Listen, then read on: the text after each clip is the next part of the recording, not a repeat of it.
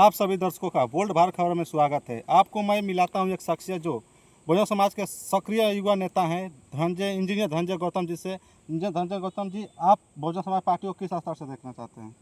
देखिए, आप ये पूछ रहे हैं कि हम किस स्तर से बसपा को देख रहे हैं, तो आपको बता दें कि बसपा इस समय जीरो से लेकर के और हाईएस्ट लेवल तक, हाईएस्ट नंबर तक बिल्कुल स्ट्रांग स्थिति में है।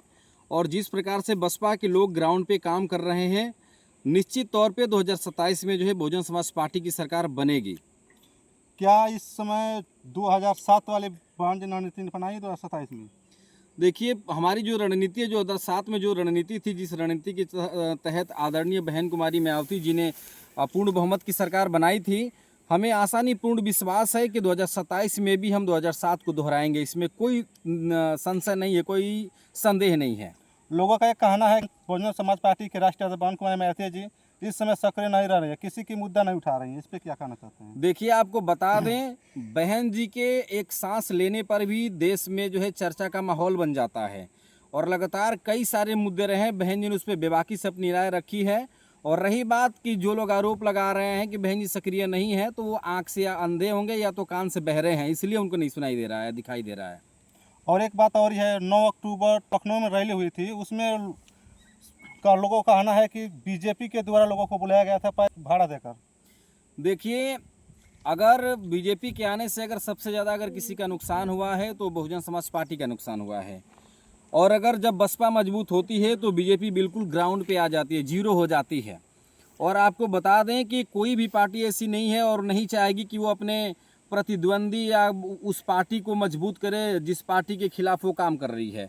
और जो लोग कह रहे हैं कि बीजेपी के द्वारा ये था, तो वो लोग साबित करें। देखिए, किसी पे आरोप लगाने से नहीं होता है। मैं कल को बोल दूं कि बीजेपी की रैली में जितने लोग गए हुए बसपा के लोगों ने पहुंचाया है, या समाजवादी पार्टी के रैली में जितनी भीड़ है वो बीजेपी के लोगों ने ही पैसा दे दे करके गाड़ी कर करके भिजवाया है। ये एक महज एक बकवास भरी बातें हैं, इसका कोई अर्थ नहीं है, कोई मतलब नहीं है।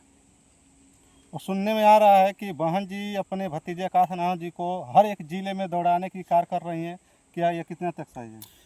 बिल्कुल, आपने सही सुना है। अभी जो लास्ट बैठक हुई थी बहुजन समाज पार्टी की, उसमें बहन जी ने एक बड़ा निर्णय लिया है। बसपा के जो बड़े धुरंधर हैं, जो बड़े दिग्गज नेता हैं, प्रदेश अध्यक्ष आदरणीय विश्वनाथ पाल जी हैं, बीएसपी के राष्ट्रीय महासचिव आदरणीय सतीश कुमार मिश्रा जी हैं, और बीएसपी के संयोजक हैं बड़े भाई आदरणीय आकाश आनंद जी, तमाम राम जी गौतम साहब है, ऐसे तमाम लीडर जो हैं बीएसपी के लिए ग्राउंड पे काम करेंगे, गांव-गांव जाने का काम करेंगे। बहन जी का निर्देश है।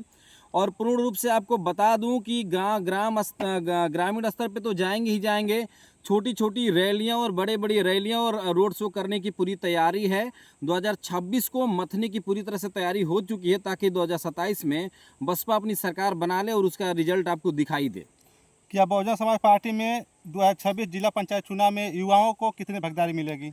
अभी हालिया स्टेटमेंट देख लीजिए बहन जी का। बहन जी ने साफ तौर पे बोला है कि 50% युवाओं की भागीदारी पार्टी में होगी और चुनाव में भी युवाओं को मौका दिया जाएगा। अभी ये लोगों का कहना है कि बहुजन समाज पार्टी पैसा लेकर सीट देती है, तो इस पर आपका क्या राय है? देखिए, बहुजन समाज पार्टी इस समय जिस हालत में खड़ी है, आपको लगता है कि अगर बहुजन समाज पार्टी लोगों से पैसा लेती और लोग अगर पैसा दे के बसपा से टिकट पाते, तो क्या आज भी इतने सारे लोग बसपा से टिकट लेने के लिए लाइन लगाते? वो अदर पार्टियों में क्यों नहीं चले जाते हैं? और रही बात कि जो आरोप लगाते हैं, देखिए, जिनका स्वार्थ सिद्ध नहीं होता बहुजन समाज पार्टी में, वो लोग ऐसा आरोप लगाते हैं सिर्फ बसपा के आचरण को खराब करने के लिए, बसपा को बदनाम करने के लिए। जबकि ये बिल्कुल सर्वविदित है, हर व्यक्ति जानता है कि बहुजन समाज पार्टी ईमानदार पार्टी है, वोटरों के पैसे पे वो चलती है, किसी से कोई पैसा नहीं लिया जाता। ये बिल्कुल कोरा झूठ है।